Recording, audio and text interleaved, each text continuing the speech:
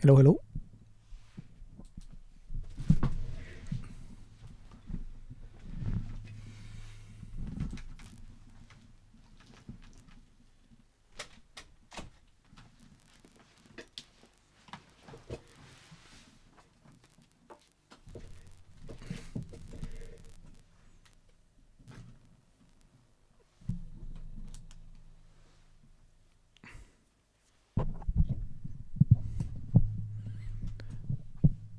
Okay, I'm ready. I have here something that says Visa tweet help others. And meanwhile, I'm going to be reading this.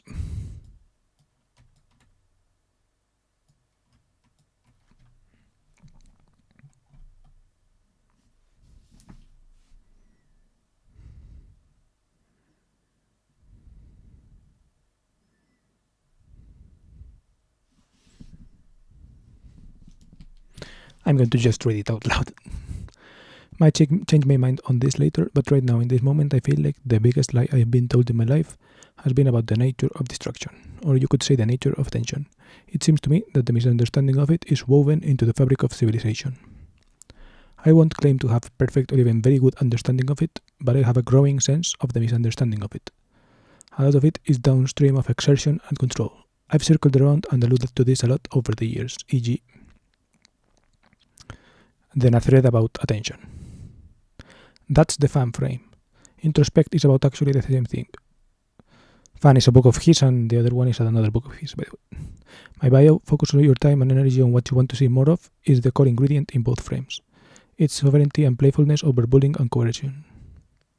And so what happens is, the misunderstanding of this stuff is like a contaminant. It poisons relationships, including with oneself. Nietzsche said, your bad self-love makes a solitude prison to you, which is a zinger for all time. And so much of civilization is people struggling and hurting themselves and each other in this poisoned pool. E.g., all of dating discourse happens here. All of gender discourse happens here. It's all downstream of exertion and control.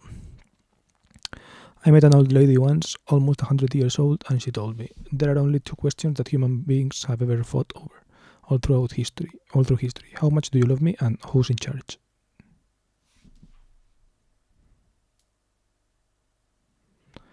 And I know a lot of enlightened teachers were in one way or another saying, swim upstream of the contamination and clench your asshole.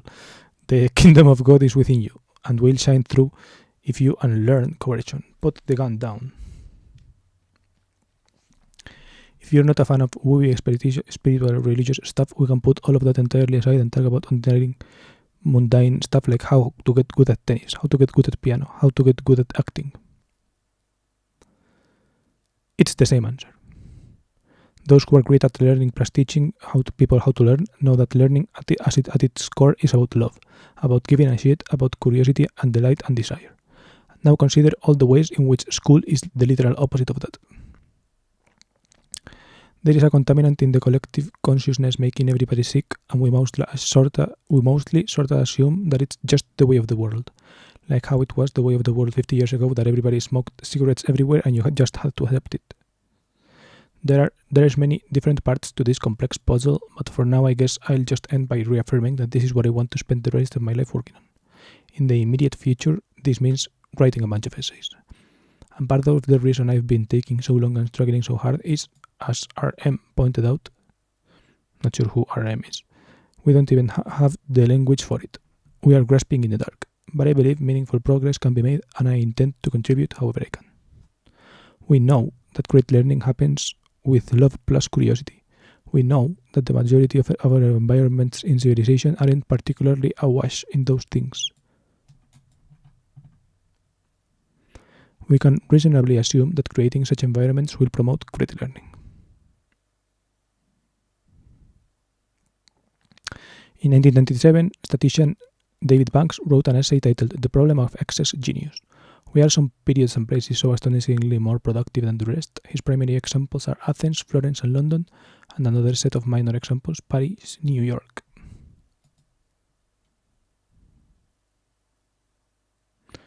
The most important question we can ask of historians is why are some of the periods and places so astonishingly more productive than the rest? It is actually intellectually embarrassing that this is almost never posed squarely. I can only think of 2 articles, Gray, 1958 and 1961, and 2 books, Kreber, 1944, and McClelland, 1961, that tackle this directly. But Gray is a lunatic, Kreber waffles vaguely, and McClelland veers off into a fascinating but incomplete assessment. The question has never been the focus of professional attention in social history, although its answer would have thrilling implications for political, education, science, and art.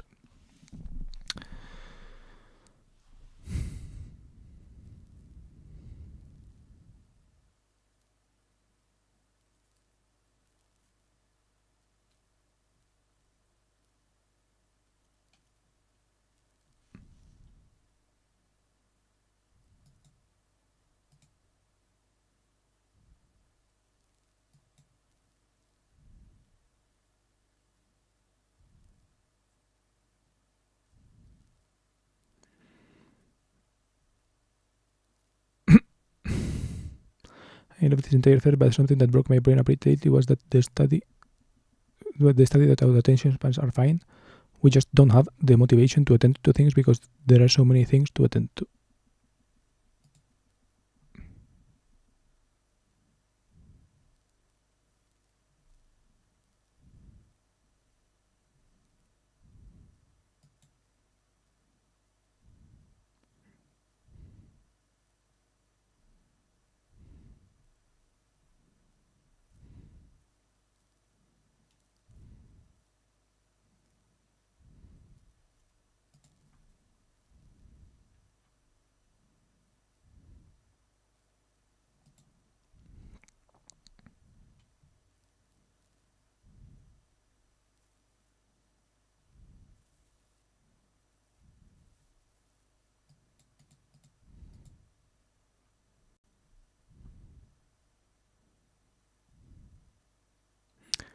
Wondering if we crusade to make smart people realize how bad the evidence for things is might be doomed because smart people super want there to be evidence for things, like way more than real people do.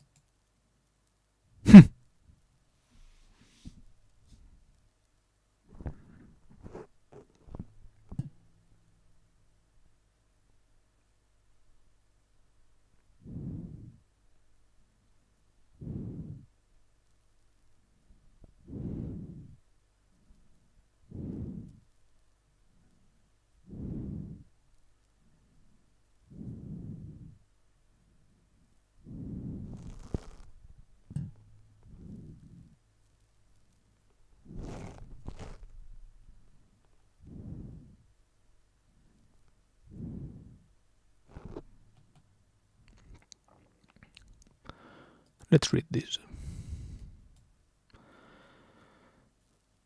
Against automaticity.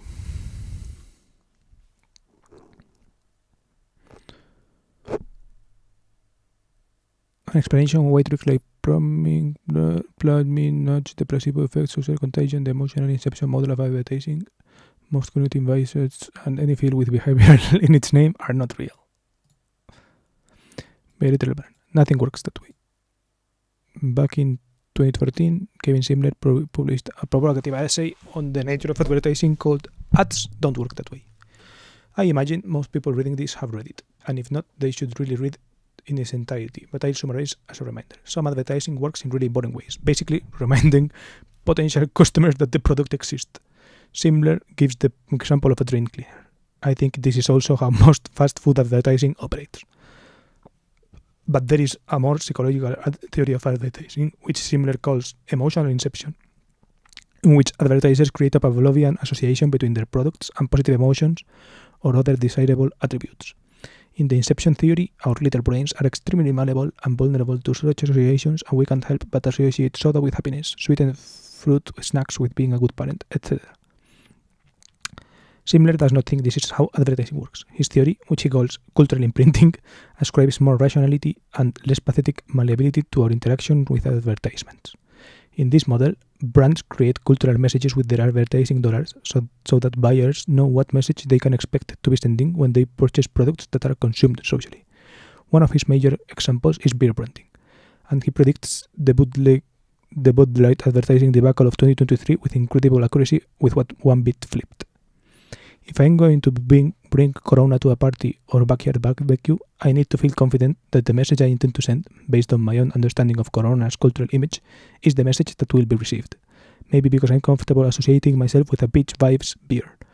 But if I'm worried that everyone else has been watching different ads, Corona, a beer for Christians, then I'll be a lot more skittish about my purchase. For me, this was an introduction to a new way of thinking.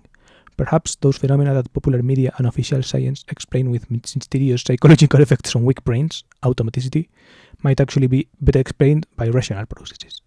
The rationalist community centered on less wrong, which was an important influence on my thinking, often focused on cognitive biases, taking the word of Daniel Kahneman and even priming studies seriously as evidence for the structures of human reasoning. To their credit, those associations do not seem to have been edited out of their corpus since the replication crisis in social sciences began to demolish the automaticity literature. An important motivation of the rationalist movement, as I saw it, was that we were all very irrational beings and had to struggle to become more rational. My argument in this essay is that we are actually very rational, but managed to convince ourselves for a variety of perfectly rational reasons using a variety of tactics that we were helpless idiots. Interesting essay. I think libertarians and all these kind of people will like this. Ego depletion, or thinking fast and slow, the foundation of priming. I take the term automaticity from the priming researcher John Bargh, famous for proving that simply solving word scrambles with elderly related words like wrinkle or Florida caused undergraduates to work as slowly as old people. Fewer people know that he also proved that the same primes cause people to be more forgetful. Let's briefly look at what Daniel Kahneman had to say about priming research in his book Thinking Fast and Slow.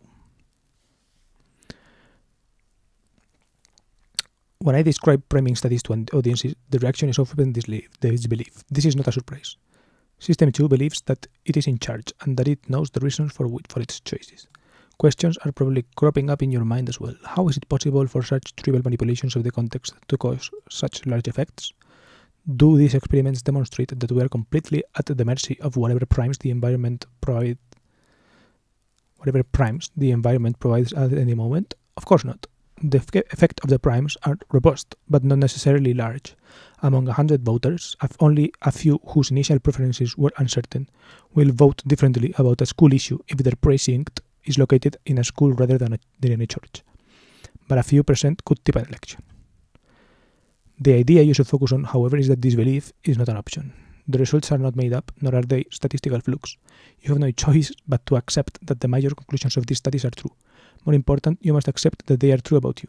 If you had been exposed to a screensaver of floating dollar bills, you too would have likely have picked up a fewer pencils to help a clumsy stranger. You do not believe that these results apply to you because they correspond to nothing in your subjective experience.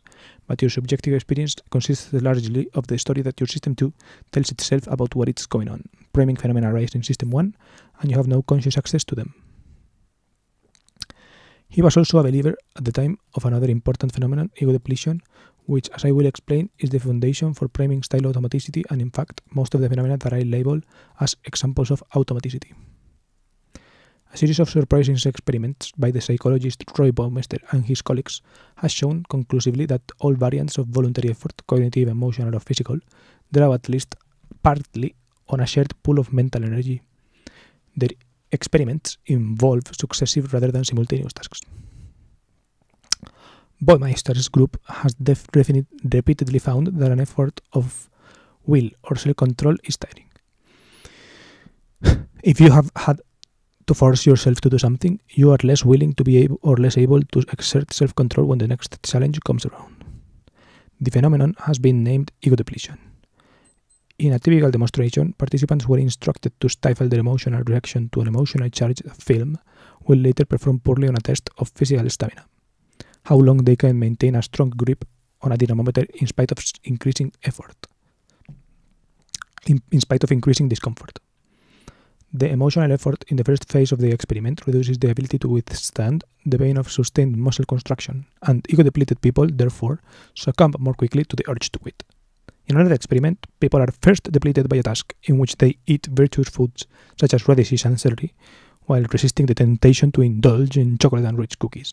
Later, these people will give up earlier than normal when faced with a difficult cognitive task. Ego depletion is an embarrassing moment for science. Hundreds of experiments replicated an essentially fake phenomenon, and it took the organized efforts of pre-registered many labs-style replication police to put it to test. I should mention that one of several large replication attempts led by a pro-ego depletion researcher managed to find a small effect, but this needs to be weighed against the other large replication efforts. The most recent led by another pro-ego depletion researcher, Kathleen Voss, that failed to find such an effect, and against the general silliness of the project. But why did they fight so hard for ego depletion? It's because ego depletion is the foundation upon which priming and other automaticity effects rest. And if it all falls, they have nowhere to stand, as outlined by Barg.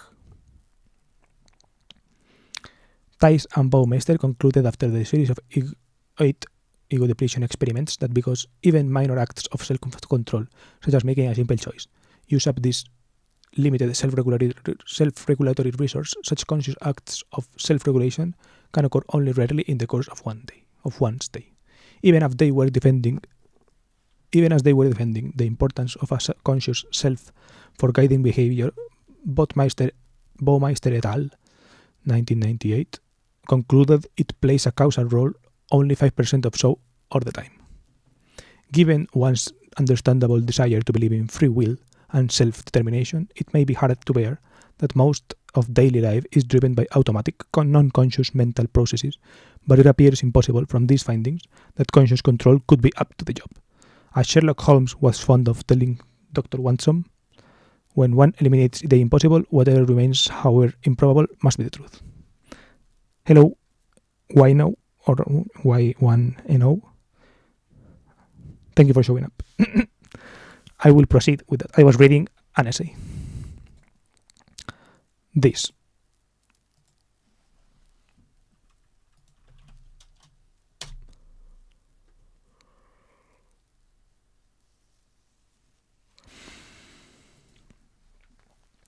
I've read the entire Sherlock Holmes series, like all of them. Nice. I haven't. I have read a couple of them.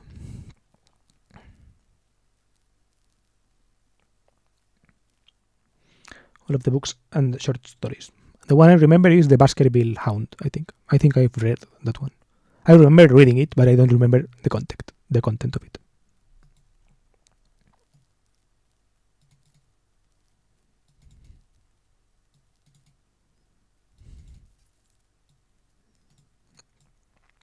Okay, so if you showed up, I was going to talk about my life, right? You asked me something like, what's the story of your life? Or something.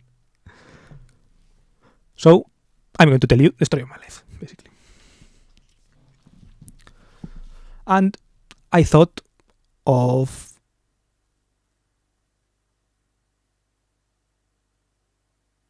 doing it not visually, but somewhat visually, right? I want to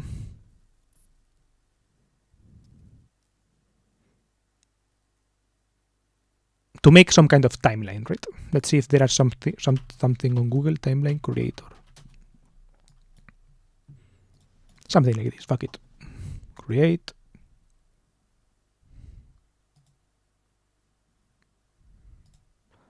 Okay.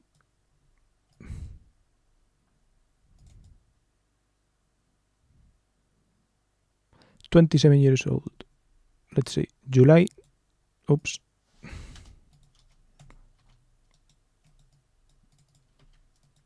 Why doesn't it work?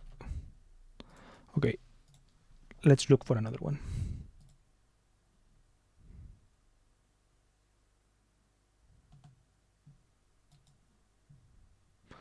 I don't want to sign up for things. Joder, I have to sign up for everything. Timeline creator. No sign up.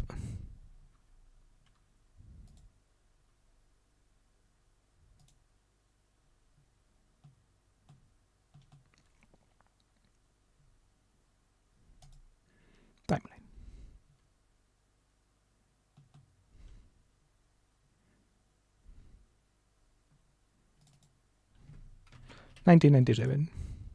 I was born.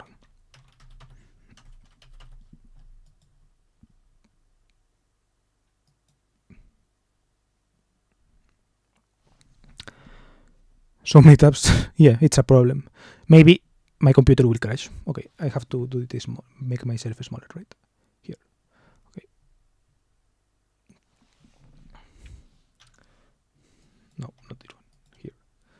Okay, so I was born 1997. I don't like this thing. I'm going to go back to the other one.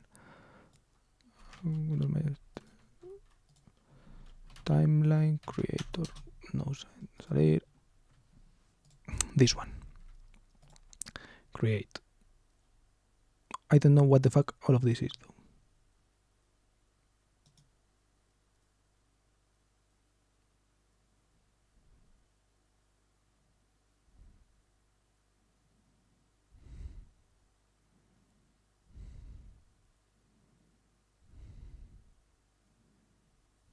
What the fuck?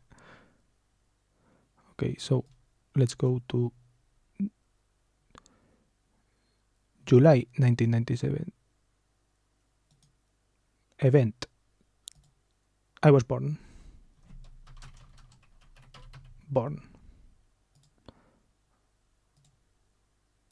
Then can I put something else below that? Description. In Spain. Close to Madrid. Well, in Madrid city, actually. Madrid. My parents were sharing a flat or something like this. Then, 2 years later, well, I'm not sure how long afterward, my dad is a translator. My mom, at that moment, I think she was a nurse, but I'm not sure. Well, maybe she wasn't working because she was my mom, so she was doing like recovery or whatever. I think previously to that, I'm not sure what she was doing actually. And we moved. 2 years later, like 6 months later, we moved from Madrid. My parents were sharing a flat with their flatmates or whatever to a small village in a town close to where I live, like in the outskirts of Madrid. Then, okay, fuck it, let's do this. Let's do it like this. Childhood, right? Botón derecho.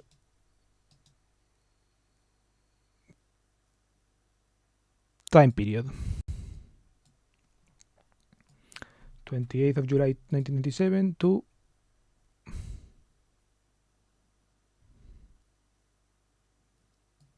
let's say 2000. In 2000 I started kindergarten. So this is like baby, I guess, baby. You can just talk about it if you want because it seems tedious. Okay. I will talk about it.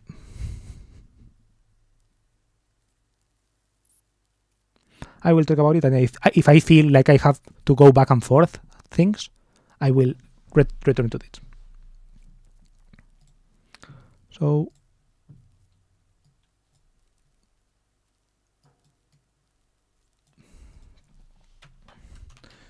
story of my life again. So, childhood. Well, birth. I already told you about this. Close to Madrid. Well, Madrid. Spanish dad, translator. Japanese mom. Nurse. Stay at home mom.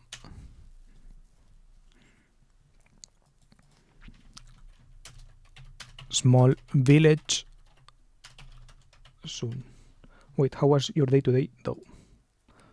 It was fine. I wake up very late, right? So to me, my day barely starts.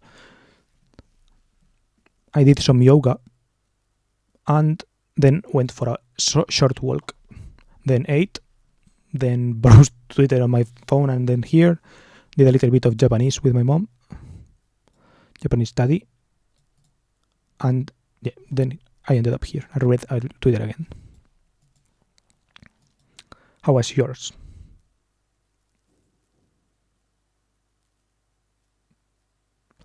Then, childhood. School. At school, I was always smart. In childhood, right? Well, in childhood, let's say from when you're like 3 or 5 or 4 or something, right? From when you're like 4 to like 12, right? Boring because just reading random things. What you reading?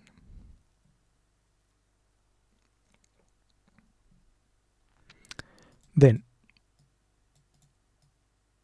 years old. Let's say years old.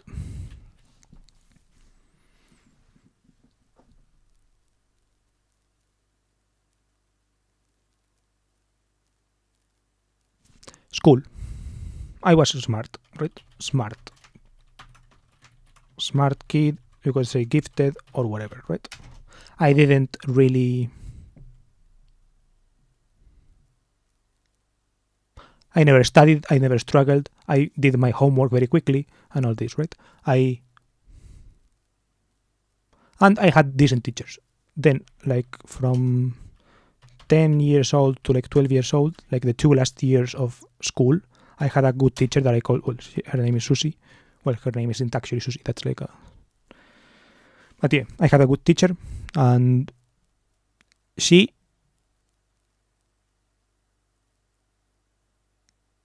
Yeah, I guess she was the first person, you could say, or the first person who made me notice that I was smart or something like that, right? And she told me to go somewhere, told me to go to after school kind of math classes. It was like an advanced school for gifted kids or something like that. So Samson's Riddle and just other medical journals. No idea what Samson's Riddle is. Wikipedia and stuff. Interesting. Then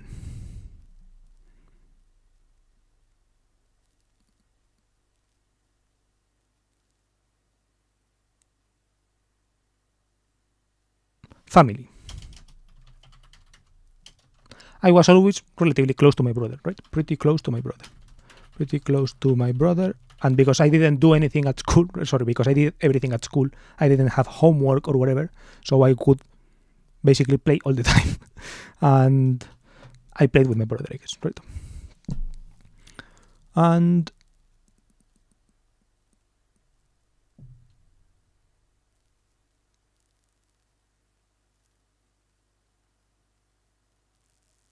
yeah, basically that. We played a lot, I guess. Played together a lot. Then my parents. I was on good terms. Like I had a relatively good relationship with my parents, I would say. But relatively good relationship with my parents. But they, with each other, did not, right?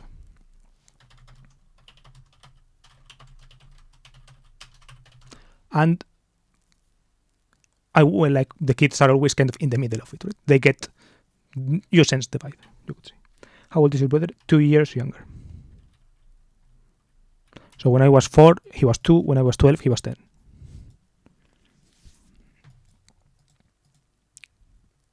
And also extended family. My mom is from Japan, right? So I barely know.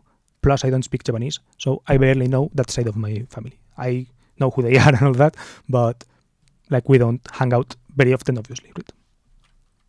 Plus, when we hang out like 2 times, I can't talk with them. My mom has to be like the translator. So 1/2 in Japan, and then even the one in Spain, 1/2 in Spain.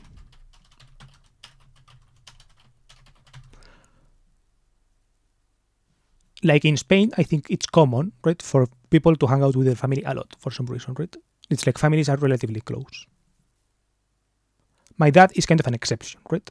The rest of my family, I would say, I don't know how close they are to each other, or how close they were. But my father has always been a little bit of an outsider or something, right? He has separated himself from his family because he didn't have a good relationship with his dad, for example, and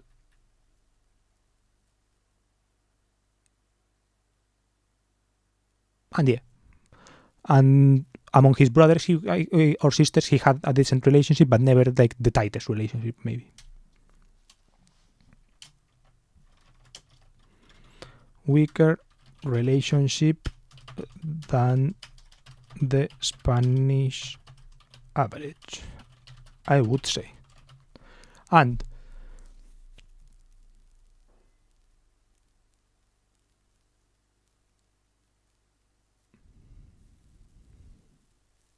that's sad. I'm sorry. I don't know. I didn't mind, right? From my perspective, it wasn't necessarily bad, right? From my perspective,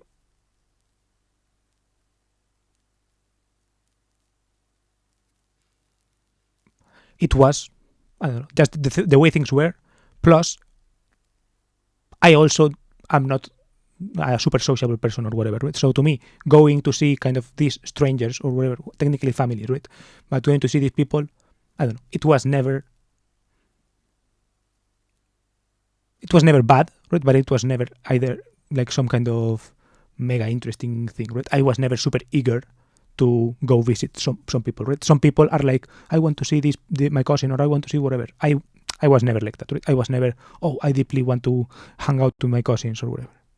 It depends. I guess the causes of that are to be debated. Is it because I didn't like my cousins or whatever? Is it because my cousins didn't like me? Or is it because my dad didn't put me together with my cousins often enough for me to have a closer relationship, right? We'll never know.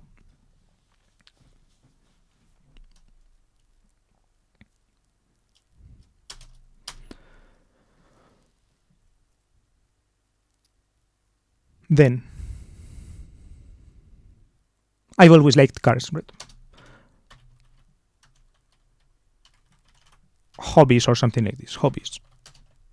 Cars. I've always liked cars for some reason, right? So when I was a kid, the only thing that I wanted to do is to grow up to drive. That was the only thing that I wanted to do. Drive.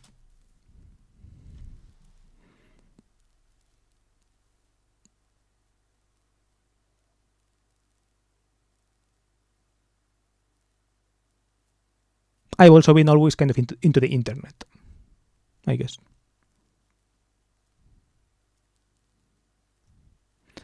We had our own computer, one of these netbooks, relatively soon, I guess.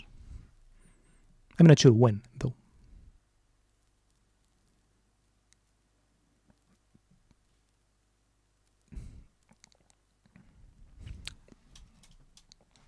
Let's put it just here, just in case computers.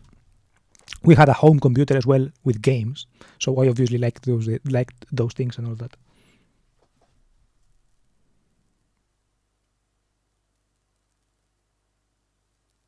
Okay, friends, right? Let's put hobbies below friends. Friends.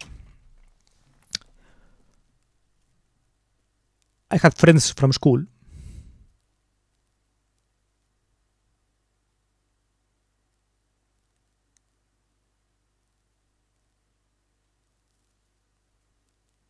Yeah, friends from school. And I think when I was in school, I didn't think I was weird, right? That was not a concept in my mind for some reason, right?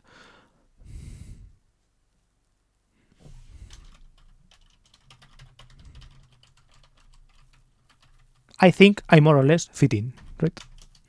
I more or less fit in. I think, not sure why, but maybe it's because I was like always in the same school, right? So when you were, like I knew everyone from kindergarten onwards. It's like most of the same people kind of stayed in the same class, sorry. So we more or less knew each other, who we were, right? And when you're a kid, it's like you don't hang out by yourself, right? It's like your parents make you hang out, like kind of make you hang out with other people and all this, right? And you hang out in school or something like this. But I never felt super weird or something like this, right? I disliked some people, I liked some people.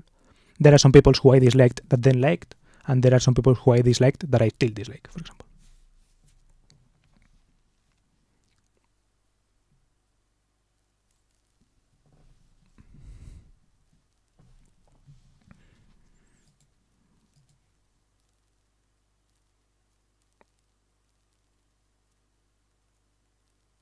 And then sometimes I remember also hanging out with, like when I went to a Japanese school on Saturdays when I was young, from like 4 years old to like 6 years old, maybe 2 years or something like this. And from that place, I do have friends. Like, I did have friends. Right? Had friend, also a half Spanish, half Japanese kid from like who went to that school, and who my mom was friends with her mom, right? Kind of. Colegio japonés. He played piano like super well, right? So when we were like that age, right, 9 years old, 10 years old, something like that, he was already like doing concerts for, I guess, like regional concerts for his town or whatever, right? So it was like pretty fucking insane. I think he must still be alive, I guess, right? And he probably plays piano professionally or something. I don't know.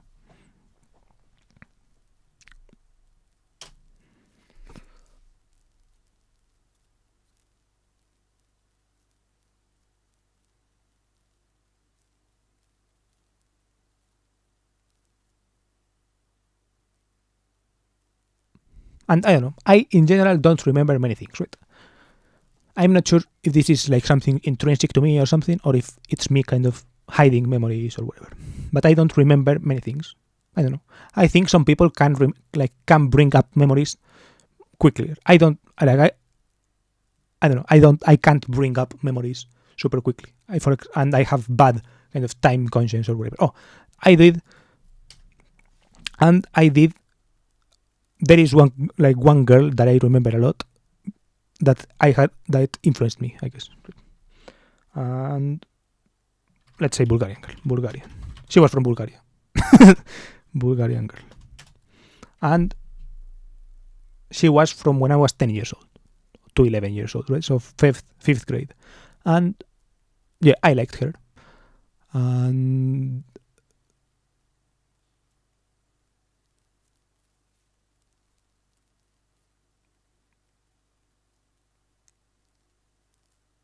I don't know. I mention it because I think it has shaped me in a way, right? She taught me Cyrillic language, right? The Cyrillic alphabet, so I know some things because of that.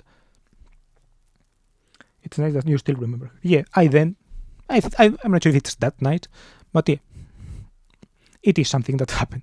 And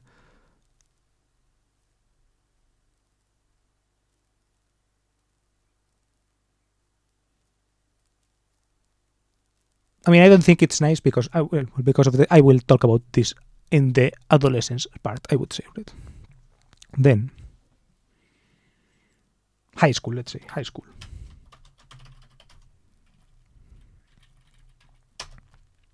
High school is from when you are 12, 13 to when you are 17, let's say 17, 18.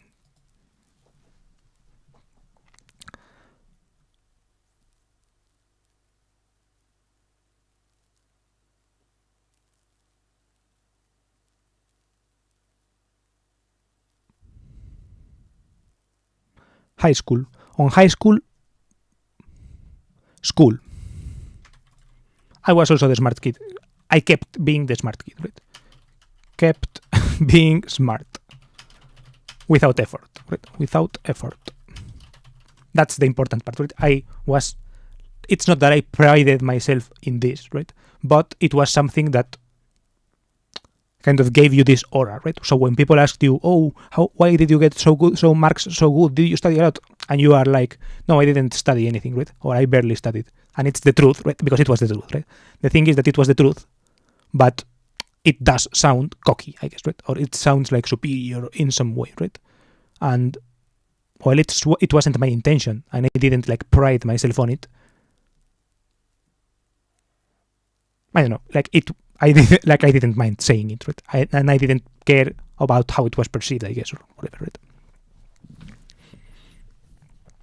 So it's like I wouldn't brag or whatever, but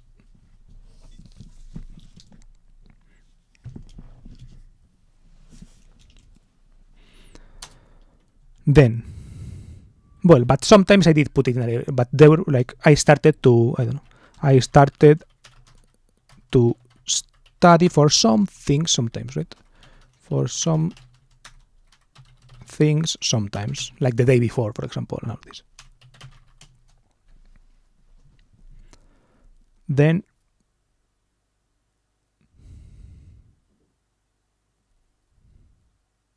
I actually went to those after school math classes or whatever for a couple of years.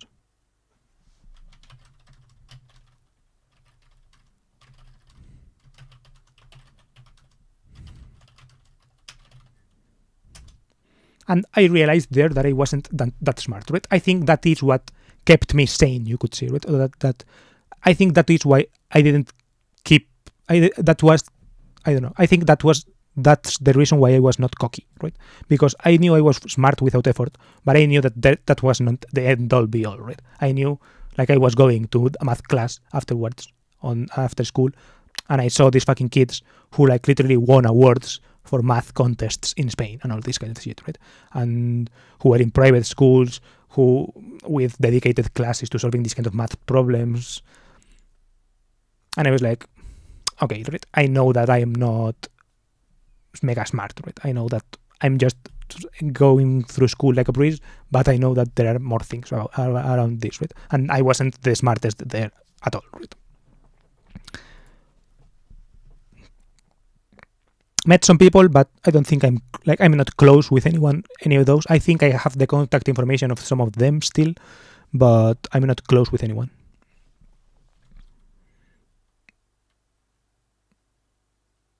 Not close with anyone there.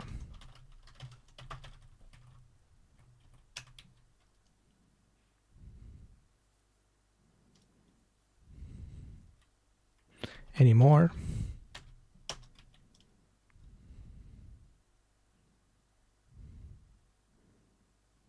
And perspective, I would say. Let's perspective grounding, you could say. I don't know, because you would think, oh, you are going to after school math classes, right? You think you are smart, right? The opposite, right? When you go to these after school math classes, you realize how mid you are among the actual smart people. Right? That is that is what I realized, I guess, right?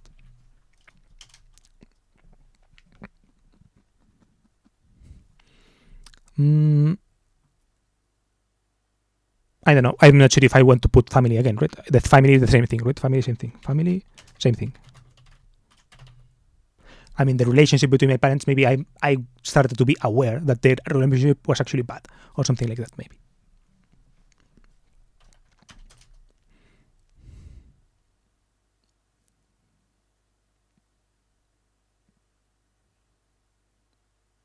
Or maybe their relationship got worse, actually got worse. I don't know.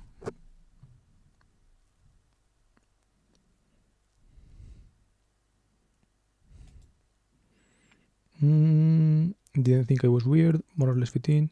Okay, friends.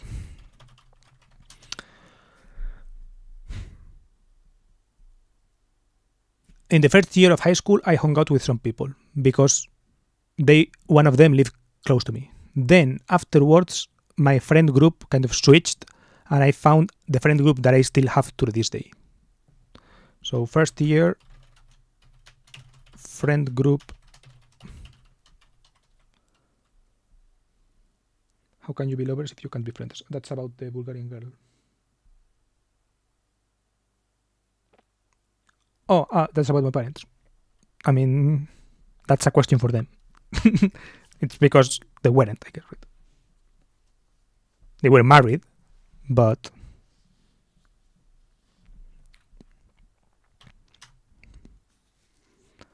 first year friend group.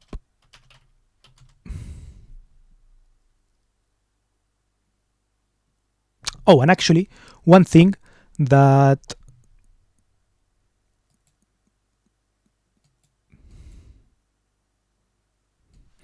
that happened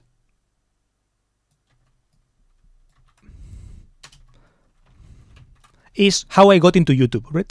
There was this guy at my school when I was a kid. In this small school, I had a friend, right? And this friend kind of lived more or less close and was 1 year older than me. And this guy did, he was a strange guy. And he did kind of challenges. At school, he had this game where you would, where he would organize, competitions, right? And he would gift you one thing or something if you run, he would organize tournaments and things like that, right? And he would bring, little toys or such as prizes. And yeah, that was a friend of mine. And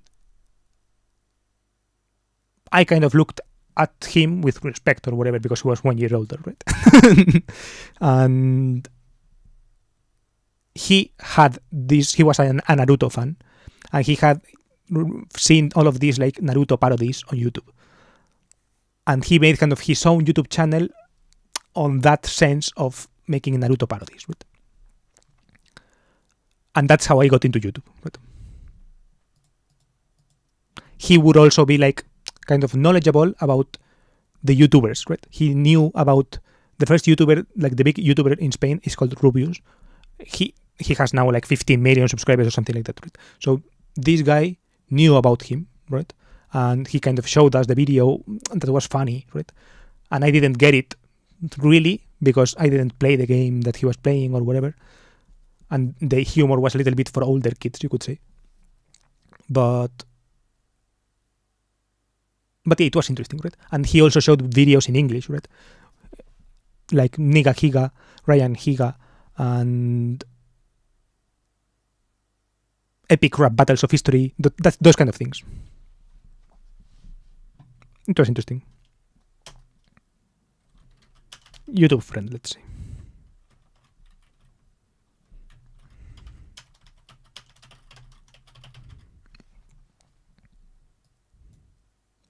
First year friend group, then after current friend group, right? And this current friend group, I still hang out with them to this day.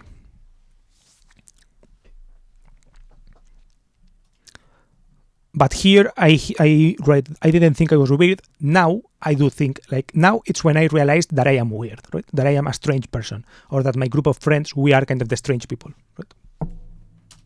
It's now I am strange, right? Now I am strange. I don't think it has, it's not in a huge way, right? Not in a bullying, mega outcast way, that kind of thing, right? Not in a bullying, mega outcast way. Although, for example, one of my friends...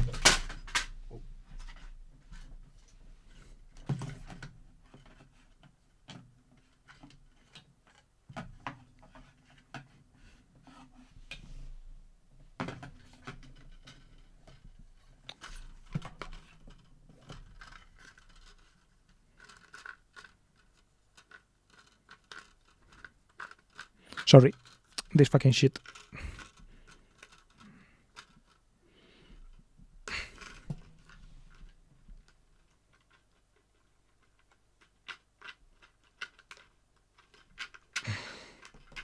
But why don't I turn it off? I'm every time.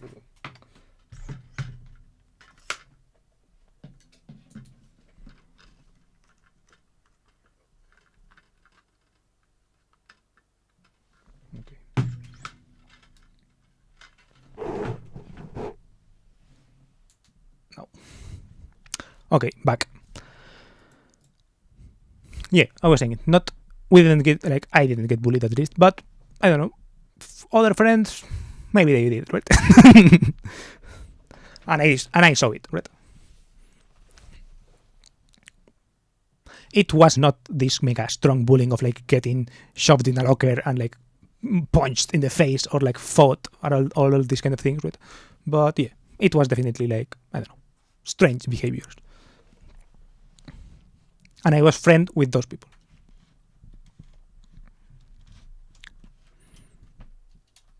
I mean, but we also we also were mean to each other, I guess, right? Then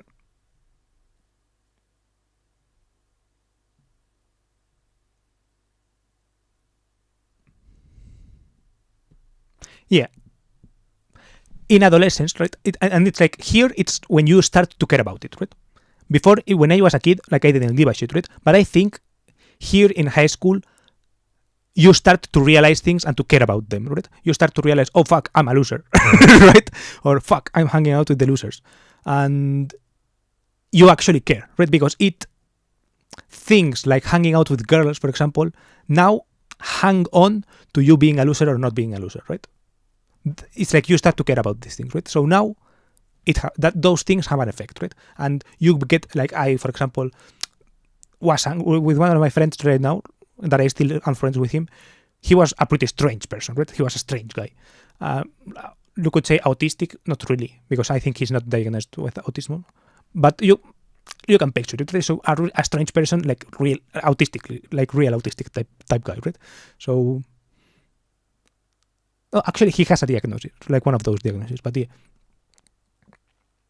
So I would blame, for example, my lack of success with women with hanging out with him, for example. Sometimes to his face, and sometimes to not his face. Christian. He is one of the friends, like the friends who I hang out with still. Right? He is from high school as well. He is from a little bit later because he joined afterwards, but yeah. Yeah, he's actually one of them. And he's not the one I'm talking about. Although, well,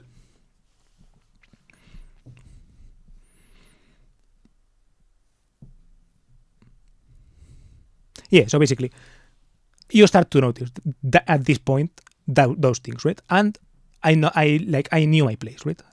Not knew my place or whatever, but I knew where I was, and I did feel outcast in that way, right? I did feel like I missed out on social opportunities and those kind of things, right? Brother, I'm sick and I have to work all the night. Sorry, my friend. Take ibuprofen. So, missed out on social opportunities. You could say this, something like this, right? But also, like, I hung out with friends, so those were some social opportunities that I had. Like, there are some people who literally don't have friends, right? I did have friends. Then, after school, I always did a lot of things, right? After school, I did many things, but like not a lot of the same things, right? After school, did a lot of things,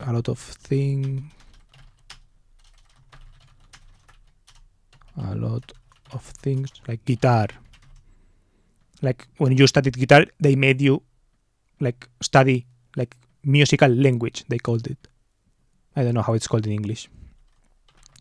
Musical language. So like the notes and all of that kind of shit, right? In a different class. Sports, like I would take one sport kind of every a different one, right? I think that was mostly maybe before, right? Before, after school, sports, but never one sport, right? I never stuck with one sport. I did swimming, also football, like. But the one that is inside. In Spanish, it's called fútbol sala. My throat is red as estómago.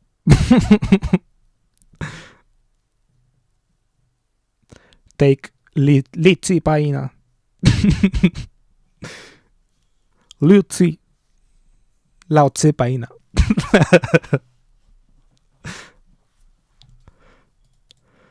Then. Yeah, I also went to running class or something like this, right? I don't know how it's called. Atletismo, it's called in Spanish. But yeah, I did like several sports, but I never stuck with anyone. And then in high school, I did more things like martial arts or whatever. But for example, I did martial arts with both my dad and my mom separately, right? With my dad, I did Tai Chi, but I went with my dad to Tai Chi class. Then with my mom, I went with my mom to Aikido class, right? Strange, but I don't know. It's like they wanted me to do something, to do sports, because I didn't want to do sports. I want to do computer shit, right? I wanted to sign up to computer class or whatever the fuck, right?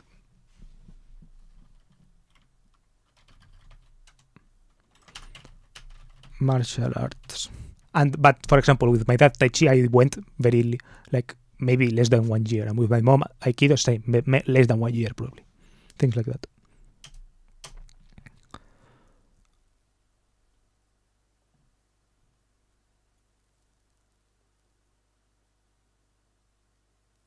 And I got my own computer when I was 14, I think. I think when I was 14, I got my own computer. Oh, and when I was 14, I got this room. Right? This room that you see right now, I got it. And I've been living in this room when I was, I think, that age, 14. When we were 14, we moved to this house. When we were less than 14, so from like 7 to 13, I lived in the same town, in the same residential area, but in a smaller flat, and I didn't have my own room. I shared the room with my brother. Right? That's why we played a lot, I guess, because we were always together in that sense. And then, when I was, I guess, crossing puberty or whatever, I got my own room, intentionally by my dad, I guess. Right? And since then, I've stayed in the same room for all the time, except one period of 6 months that I will talk about afterwards. So, more than 10 years, 12 years. From 14 to like now 26, 27. 12, 13 years. Insane, to be honest.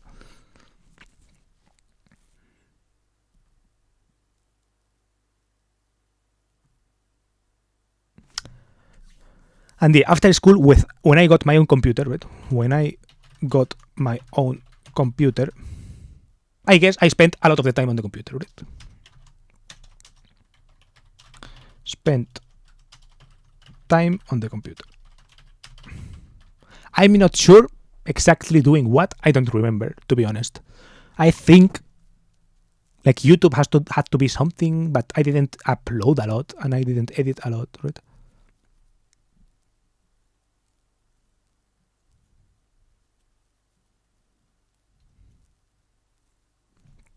Okay.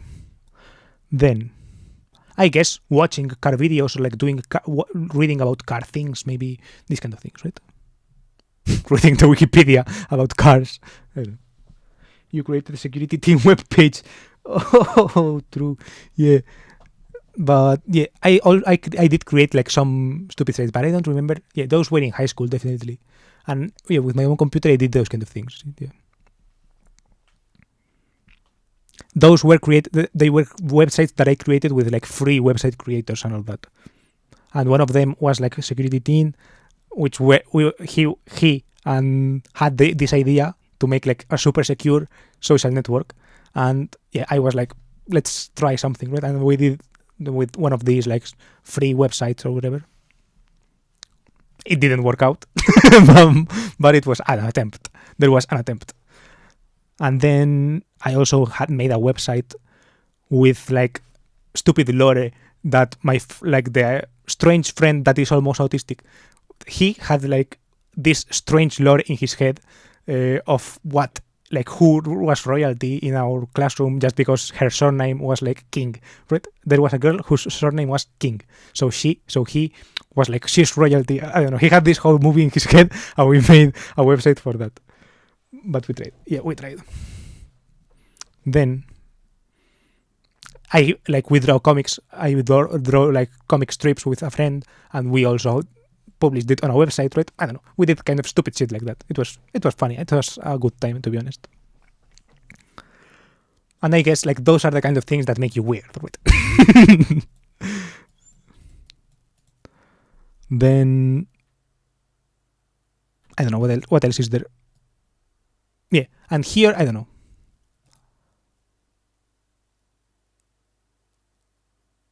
I've always liked Legos as well. Let's put Legos here. I think it goes maybe earlier. Maybe when I was 16, for example, I didn't play with Legos a lot, but when I was 12, I probably did. And I have videos on my channel playing with Legos and all that thing. Actually, let's go to my channel.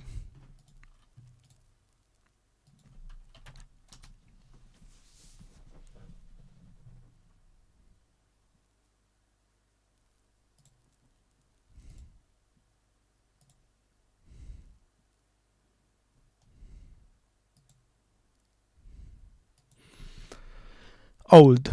Videos más antiguos. These videos are made in my old house. 14 years ago. I think for this video I was still living in the old house. This is still in the old house.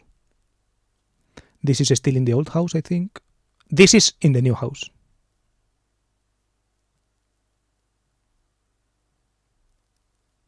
Yeah, I think I moved in this year, between 13 and 12 years ago. Because this video is recording my laptop from a digital camera in my room. No, this actually wasn't in my room. It was in my father's room. He had the internet cable, right? So the computer was in his room, and we recorded that Watch Dogs video. Yeah, that's afterwards.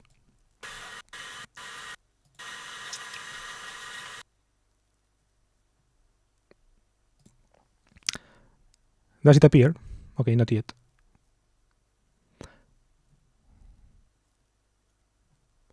But yeah, these videos I made already in this new house. Yeah, this video is in my backyard here. This is also in my backyard. This is in my backyard as well. This is in front of, like, this house. I still live in front of this house. This is in my backyard.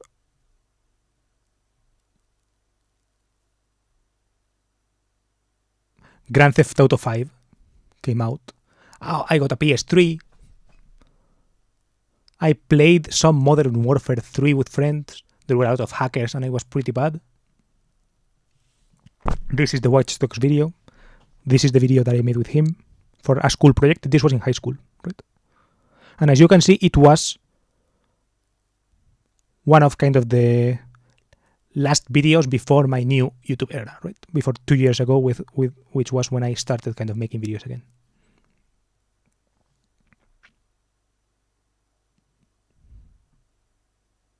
Like all throughout college, I basically didn't do a lot of YouTube or anything related, I guess.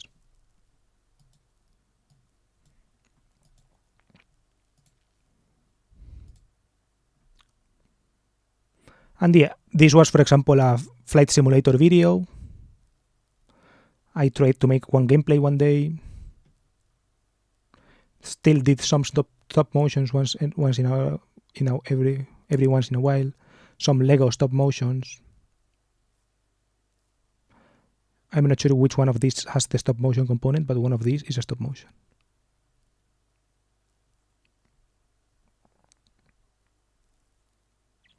I gotta go to the hospital. Let's see what they say to me. Okay, good luck. Get well soon. And good luck in your work day. Okay. So, let's go to the next era. Next era, college, right?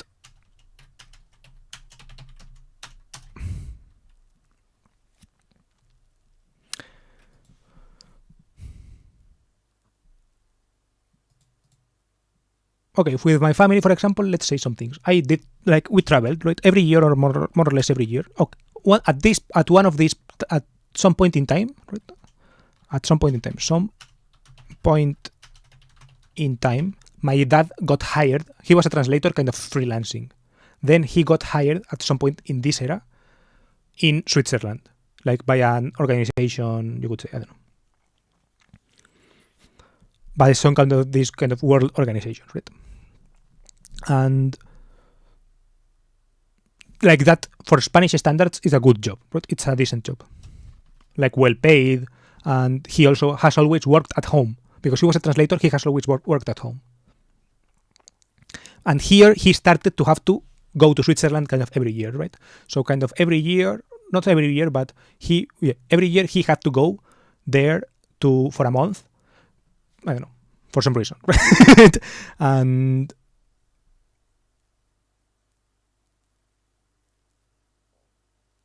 we sometimes visited him. So I've traveled to Switzerland for like 3 days or something like that, but kind of every year, right? So I have a kind of a fond memory of Switzerland because of that, because it was kind of maybe the first country I regularly traveled to, or something like this, right? And we also traveled more or less often, I would say, right? We kind of every year went to some place, right? I remember going with my dad, for example, to Italy, to Pompeii, to Amsterdam with my mom, I think, or both my parents, I don't know.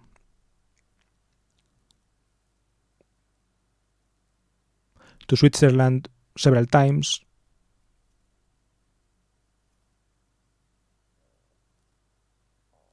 Yeah, I don't know, travel in general. Let's put new contract, then traveling sometimes, but to Japan only once. I've only been to Japan, well, I've been twice to Japan.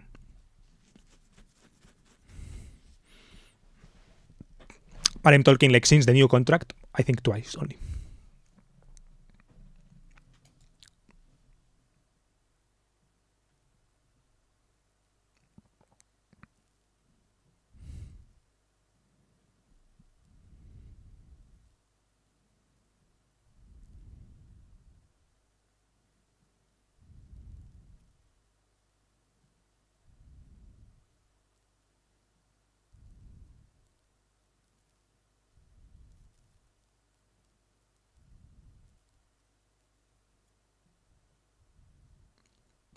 I don't know. Then in college, okay. So I was 7 years in college. So college was for me from like 18 to 7, 25. Kind of fucking insane, to be honest. But I think, let's say college, let's say until 23, and then I'm going to put COVID, well, 22, then COVID, then, which is still college, but it's a separate stage. I count it as a separate stage, let's say, right? So college, 1822, mechanical engineering, right? I studied mechanical engineering. Like at some point around here, I realized I wanted to be a mechanical engineer for some reason, right? And because I was this guy who liked the computer a lot, right? Who liked who got his own computer and who liked the computer a lot, and kind of was adjacent because of the people I knew in these after school math classes, right? Those I remember this guy kind of browsed this kind of meme site that was in English, right? 9gag it was called, and I got from that website, I went from browsing Spanish sites, meme sites or whatever, that maybe I got from friends at school or whatever, to browsing that site that I got from this smart kid from like math classes or whatever, right? And that's how I started browsing kind of the internet in English, I would say, right?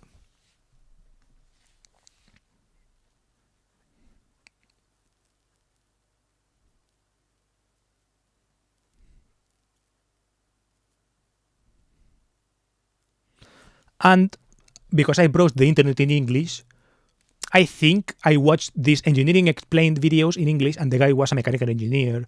So I studied mechanical engineering because of that.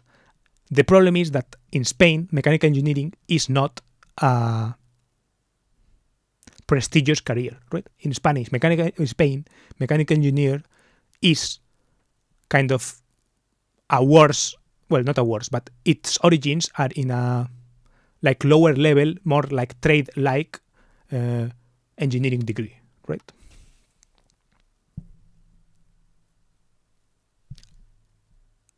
And I think that shaped my college experience a little bit. Right? Well, that shaped my college experience somewhat. So, yeah. Was school, because the school itself, right? When I say school, I mean like the actual building. It matters, right? Because this actual building, before being as like one, now they technically are, there is like industrial engineering and there is mechanical engineering, right? So now technically mechanical engineer and industrial engineer are kind of both degrees at the same level from the same type of school. But let's say 30 years ago, one was like a top school, and the degree was not a degree, and it was a kind of a master's or something like that. And then the other thing was not a degree, and it was kind of some kind of technical formation or something like that, right? So Then that one got up ranked, and the other one got split into master's degree and regular degree, right? So this degree is useless, and this degree does some things, but this degree has like connection to the master's, which is the prestigious thing, and this degree has less of a connection to that master's, the one that I did, for example. So, and even though technically, look, when you compare, it's like you seem like you are better off doing the short one, right? Doing this one, you realize that actually, it's like the whole environment is shaped by that. I'm not sure if I'm explaining myself or if you understand. I've talked about this also with Pre-Rat, this podcast. Let's say Pre-Rat. Yeah, in this podcast with Pre-Rat, I talk about it. You can see here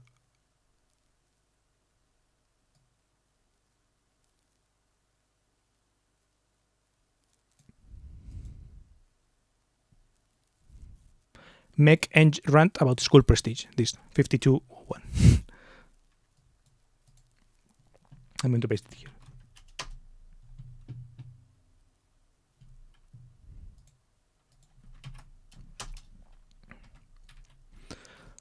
Then, outside school, computer again, right? Computer. And also I joined a motorcycle team with one of my friends from college, right? I don't regret college, basically, because I did find decent people, right? I have a relatively close friend, even though he now lives in Barcelona or something like that, so it's more apart, and we don't see each other often. Yeah, in those times, he was a pretty close friend also because I joined this kind of activities with him, right?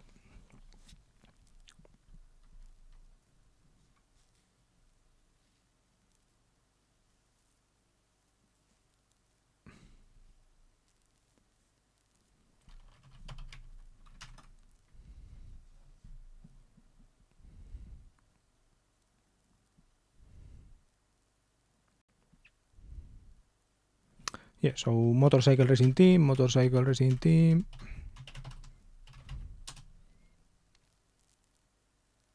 Basically that, right? Robotics a little bit, but that was part of the motorcycle thing. And yeah, the thing is that I was never super involved like him, right? I was less involved than him.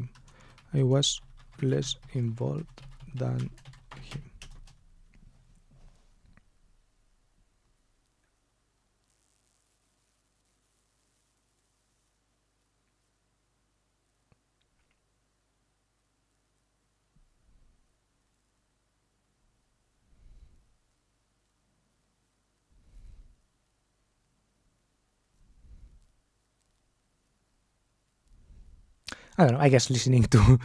I'm looking at the view count, and I guess listening to a guy tell his own life story for 1 hour is not the most interesting thing.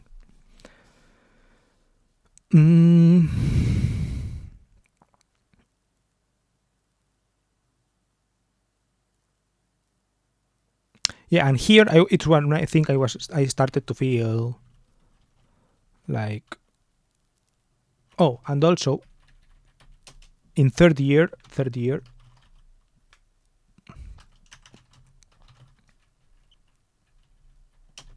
okay, let's say Erasmus. That was when I turned 22.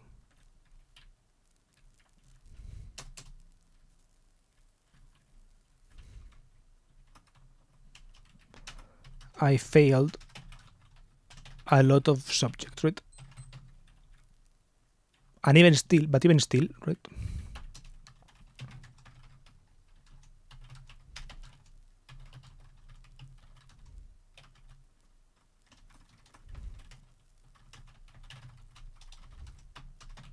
I didn't study a lot, right? I didn't study a lot. Also, around this time, I got into Taylor Swift.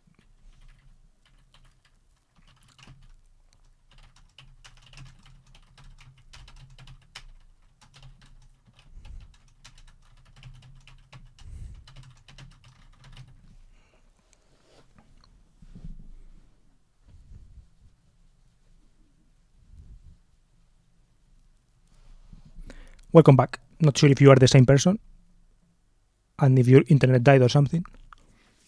But yeah.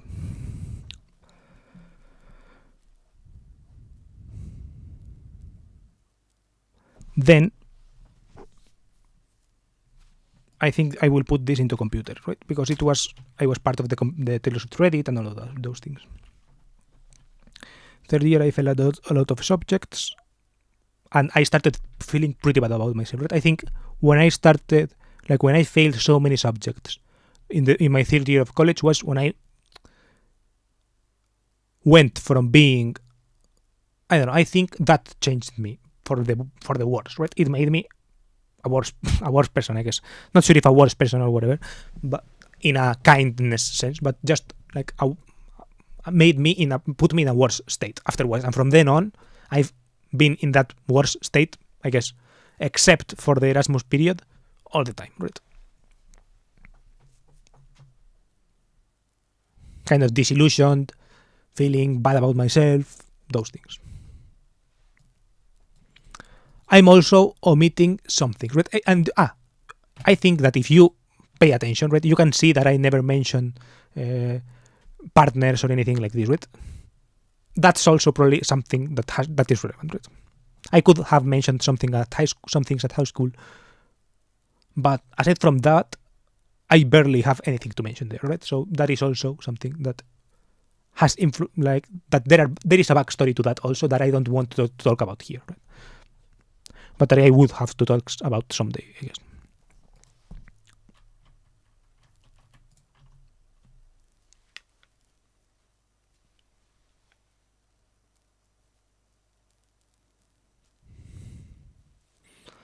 And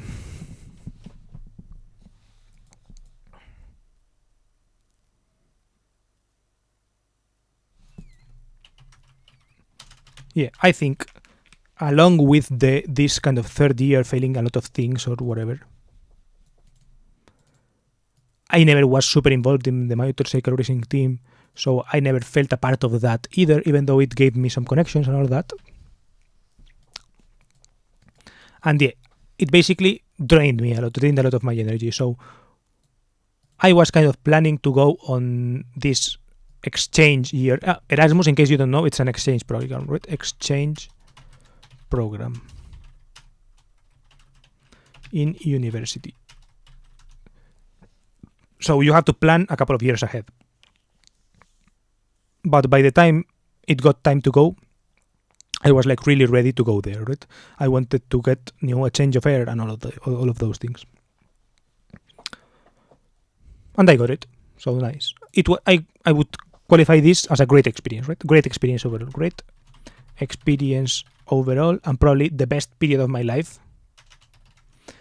The best period of my life, but with obvious reasons why, right? It's like I am more or less free. I am being there is not. I wasn't working, for example, right? I was going to some classes, but not a lot. I had a lot of freedom of time. I met new people, met new people, traveled, independence, with money, right? With money, not fuckloads of money, but I don't know. I never lacked money to do anything that I wanted.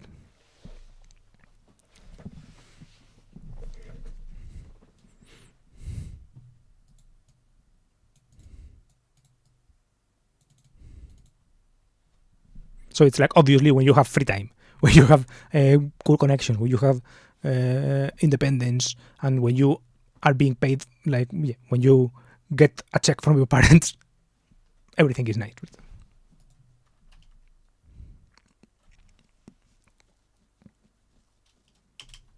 Then afterwards, that was the first part of the year 2019.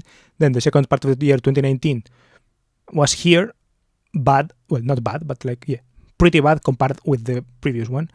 But I don't know. It was still pre-COVID, right? So after Erasmus, still pre-COVID, so it was bad, right? It was worse, but not that bad, right? I still was, for example, doing these motorcycle racing team things, going to college, going to class, I don't know, passing more or less some subjects, failing others, right? And then COVID, right? COVID.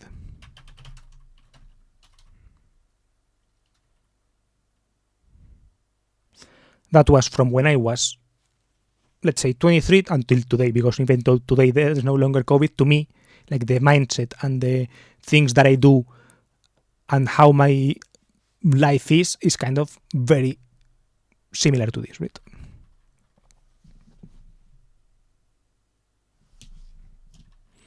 From when I was 23 to now 27, let's say. 5 years of this. 4 years actually, but yeah, more or less. Let's say 23 to 27. And yeah, this was basically doing college, but worse, right? Because for two reasons, right? Two reasons. COVID, masking, not seeing anyone, not being able to do anything, etc. And also, I was already behind, right? So I was like all of my friends more or less graduated, right? So barely had any classmates, right? Barely had classmates. And I took too long, right? Too long. So I had very few subjects, and I wasn't doing anything with my life, basically, for a lot of the time. I still was involved in this motorcycle team, but less. And I never felt truly a part of that. I don't know, many things like this, right?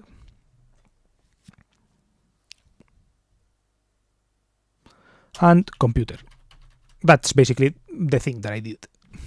Be on the computer.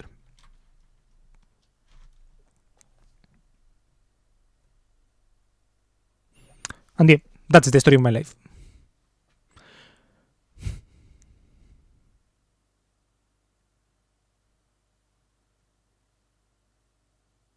I think that you're no longer here, so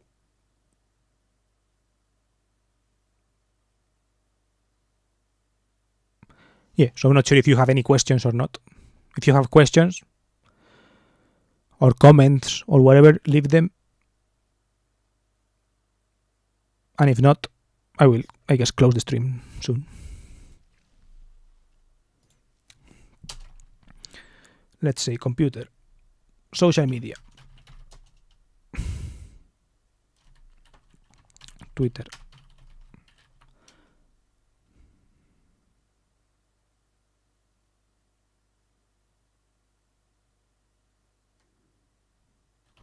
web dev bootcamp.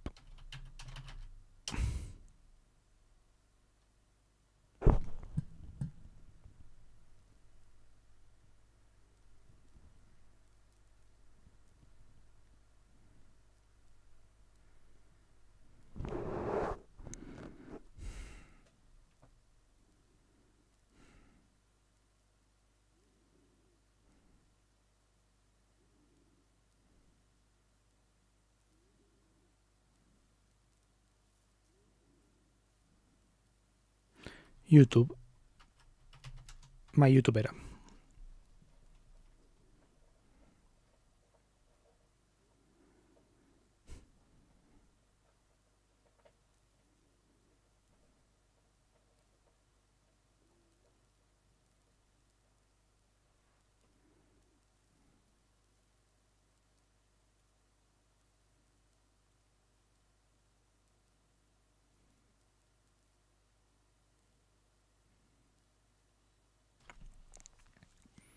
Yeah, that's it.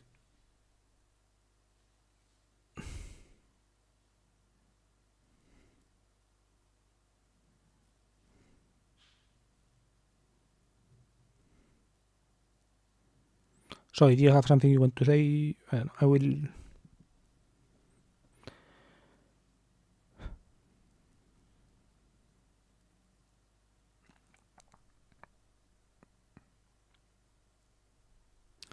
I don't know. I don't like the way I told my life story.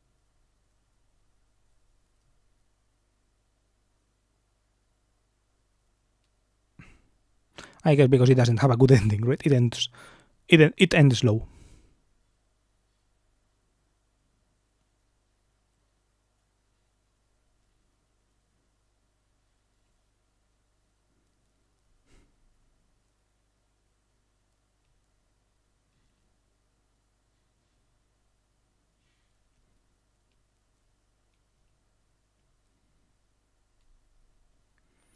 I see the like counter going up.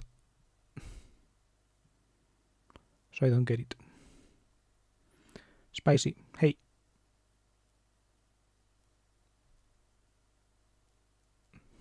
I was telling my life story. I have already told it. Now, I don't know. I was waiting a couple of minutes in case he joined back to say something, but yeah. How are you doing?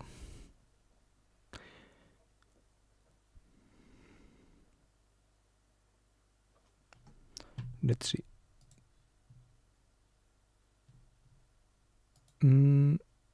Open another window. I'm good. You? I don't know. I'm actually not that good, but...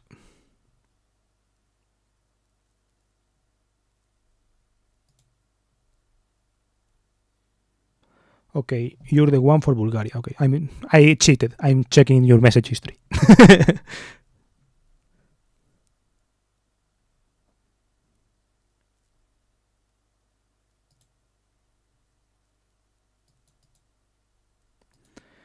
What's up?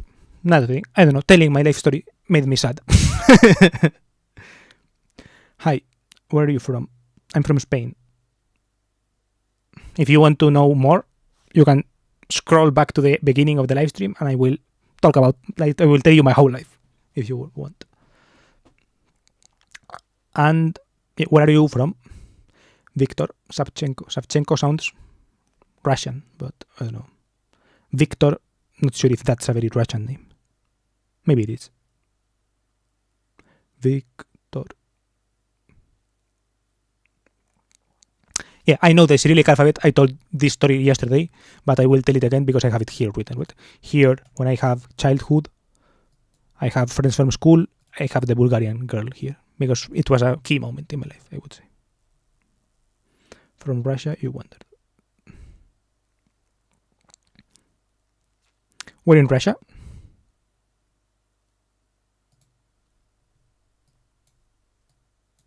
I had someone from Russia relatively recently as well.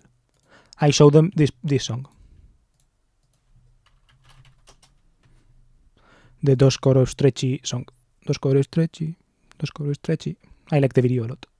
Moscow. Moskva. Nice. Sim Privyet. What does Sim Privyet mean? Something like hey, right? Hello. Sim Privyet. Hello, everybody. Oh, okay, that's why it's on YouTube a lot. Right? Sim Privyet.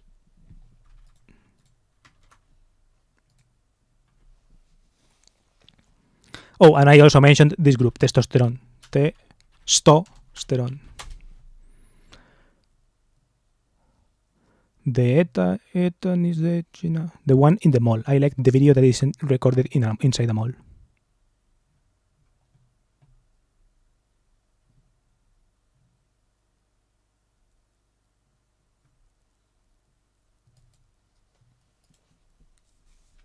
What car do you drive? I always ask this question always.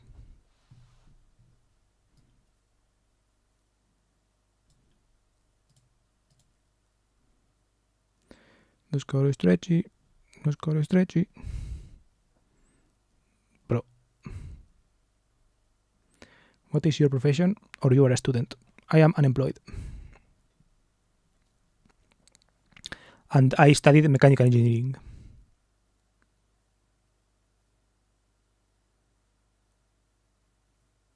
Oh, I've also been seeing a lot of these K-pop videos, and there are a couple of groups from Moscow that are very good, or from Russia in general. There are ones who are from Moscow, but others that I don't know. Luminance Dance. This group, I think they are from Moscow. Maybe you recognize this place.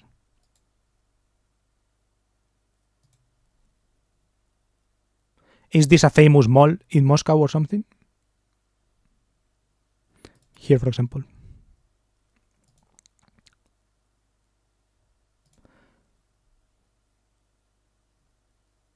These stairs are also, well, search Little Big. Let's see.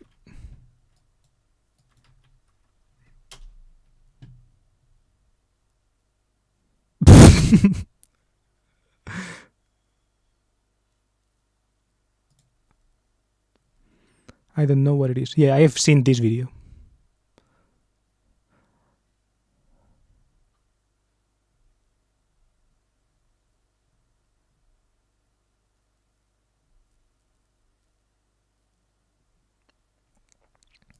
Popular guy.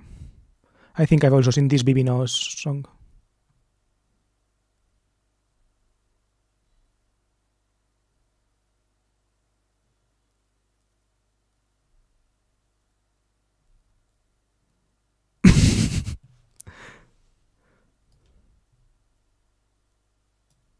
What car do you drive, by the way? When I see videos of Moscow, there are always like these Mercedes G-Class videos with the license plate 777 or something like this, right? So let's say Mercedes 777. Oh, there's literally a song called Mercedes 777.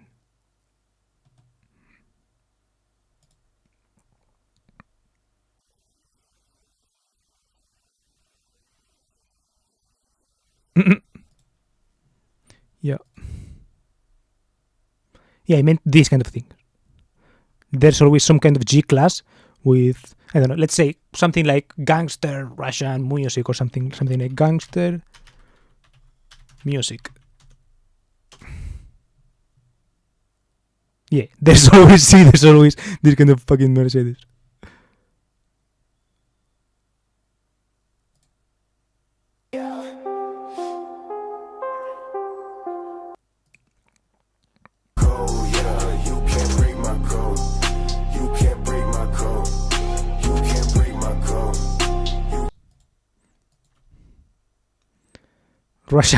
This Russian mafia music mix. See, these kind of things.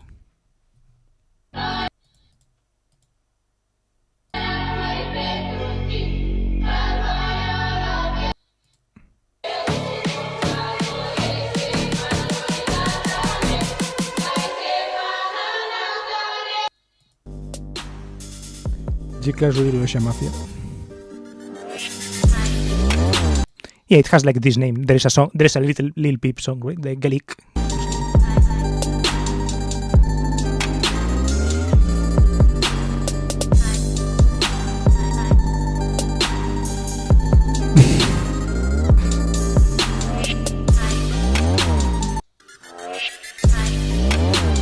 Yeah, see, there's always the 777 plate for some reason.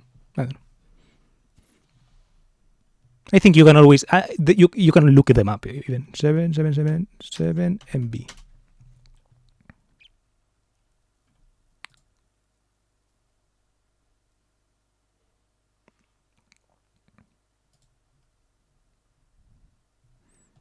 Yeah, this probably this one.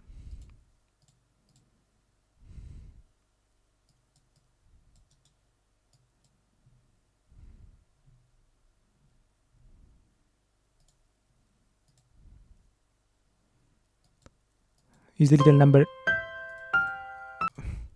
relevant for some reason? This little 77.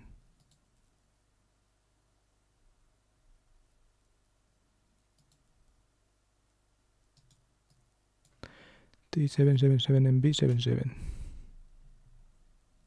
This one has 3 sevens again.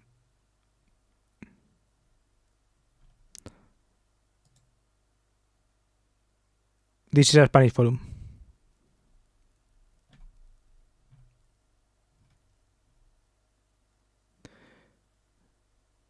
Diem moi Krugovorot. Have prices changed in Spain after 2022 a lot? Somewhat, I think. Olive oil has gone insane. That's something that really has changed. Olive oil. And then in general, yeah, there has been some inflation in general, I would say. I don't know, I don't buy anything, so.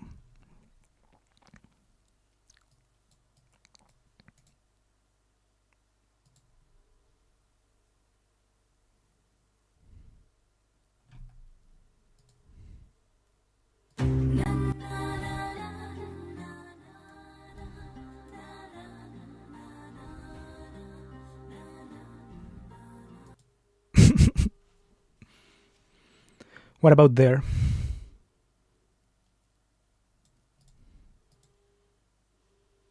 I saw some video that was like,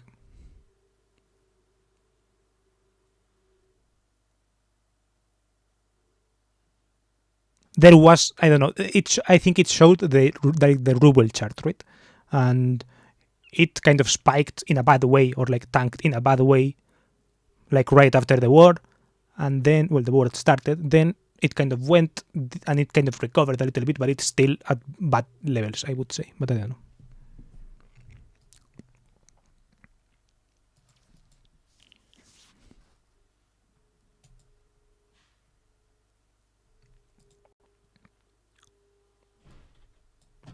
Okay. I'm going to close the stream. Thank you for being here. And goodbye.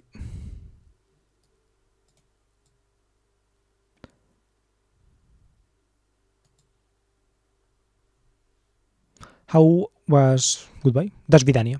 До свидания.